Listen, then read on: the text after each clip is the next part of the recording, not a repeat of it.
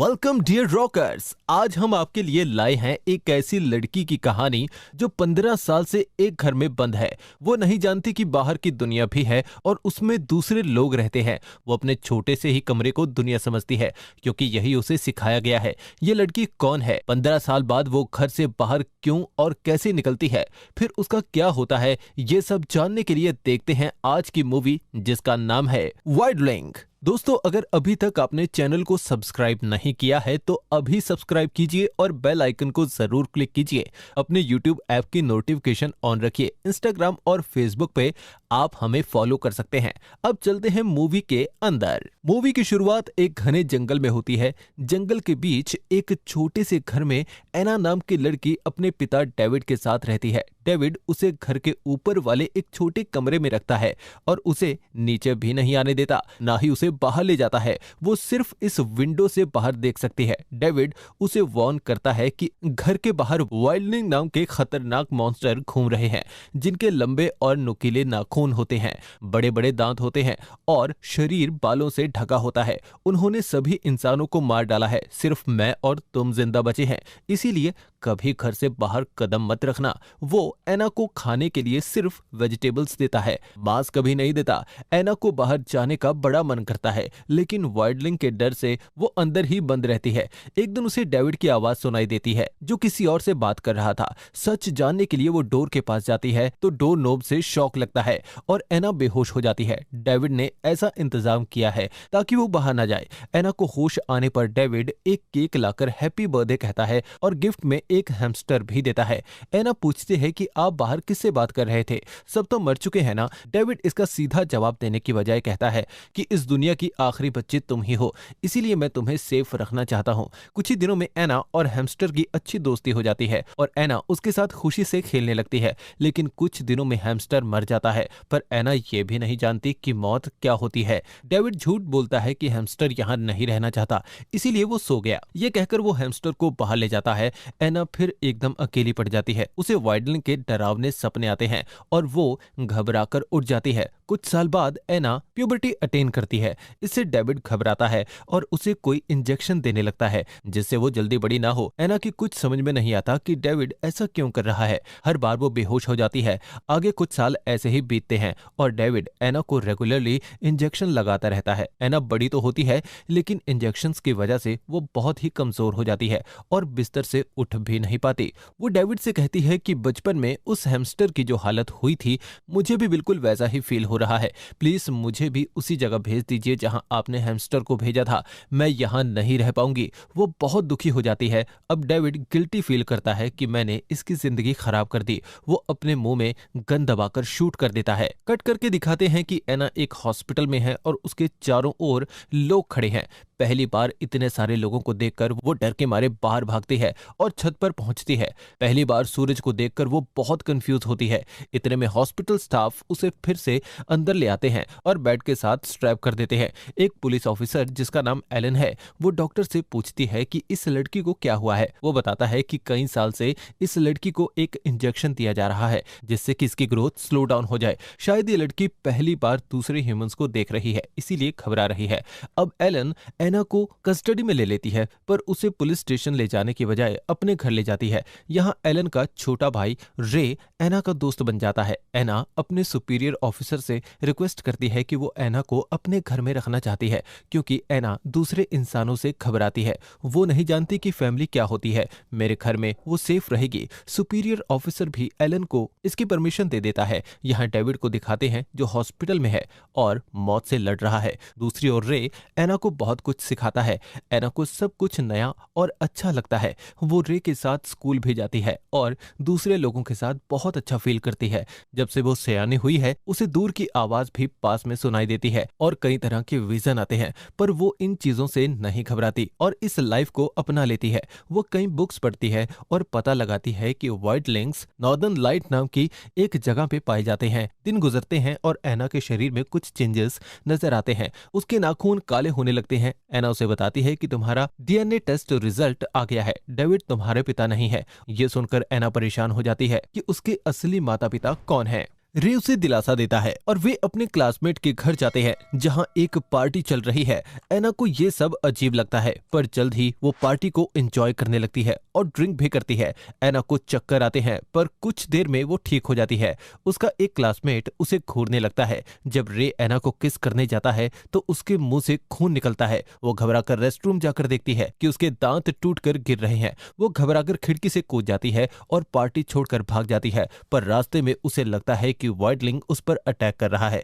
वो डर जाती है और खुद को बचाने के लिए वाइडलिंग की गर्दन पर काट देती है। बाद में पता चलता है कि ये वाइडलिंग नहीं बल्कि वही लड़का है जो पार्टी में एना को घूर रहा था। वो एना का फायदा उठाना चाहता था, लेकिन उससे पहले ही एना ने उसे काट दिया था। वो स्पॉट पर ही मर जाता है। एना जंगल के बीच अपने पुराने घर पर जाती है। वो कोई सबूत ढूंढ रही है जिससे उसके असली पेरेंट्स का पता चल जाए, पर वहां कुछ नहीं मिलता। वो अपने शरीर पर लगा खून साफ करके ड्रेस पहनकर एलन के घर वापस चली जाती है। एलन की किसी भी सवाल का वो कोई जवाब नहीं देती।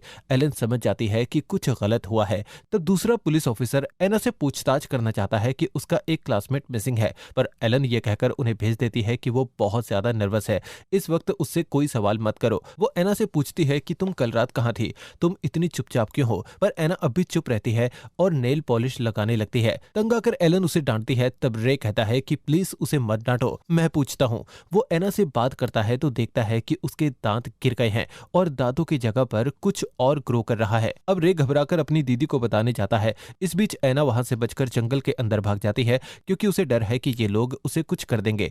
पर वो कहाँ जाएगी? उसे भूख लगती है और तभी वो एक हंटर को देखती है जिसने वुल्फ मास्क पहना होता है। वो एना को खाना देता है। एना के नाखून और दांत देखकर वो पूछता है कि क्या तुम एक वाइडलिंग हो? एना खुद नहीं जानती थी कि वो क्या है। हंटर एना को एक गुफा के बारे में बताता है जहां एना को अपनी माँ का पता चलेगा। मतलब हंटर वाइडलिंग के बारे में जानता है। एना उसकी बताई हुई गुफा में जाकर देखती है तो वहां कुछ स्केलेटन्स होते हैं। एक स्कल में बुलेट्स का छेद होता है। तब एना को एक विजन आता है कि डेविड ने एना की माँ को शूट किया था, पर उसने एना को नहीं मारा और उसे अपनी बेटी की तरह पालने लगा। एना बहुत दुखी होती है और जानना चाहती है कि डेविड ने उसकी माँ को शूट क्यों किया। वो सीधे हॉस्पिटल जाती है और डेविड को देखती है, पर वो कुछ बताने की हालत में नहीं है। लेकिन वो सेंस कर लेता है कि एना आई है। वो एना की तरफ मुड़ता है। सीन कट होता है और एलन उस लड़के का केस फाइल देख रही होती है जिसे एना ने काटा था। उस लड़के की लाश मिल चुकी थी। एलन को एना की ड्राइंग याद आती है और उसे शक होता है कि शायद एना ने ही उस लड़के को मारा है। इतने में एना लौट आती है और एलन के गले लगकर रोने लगती है। वो बहुत दुखी होती है।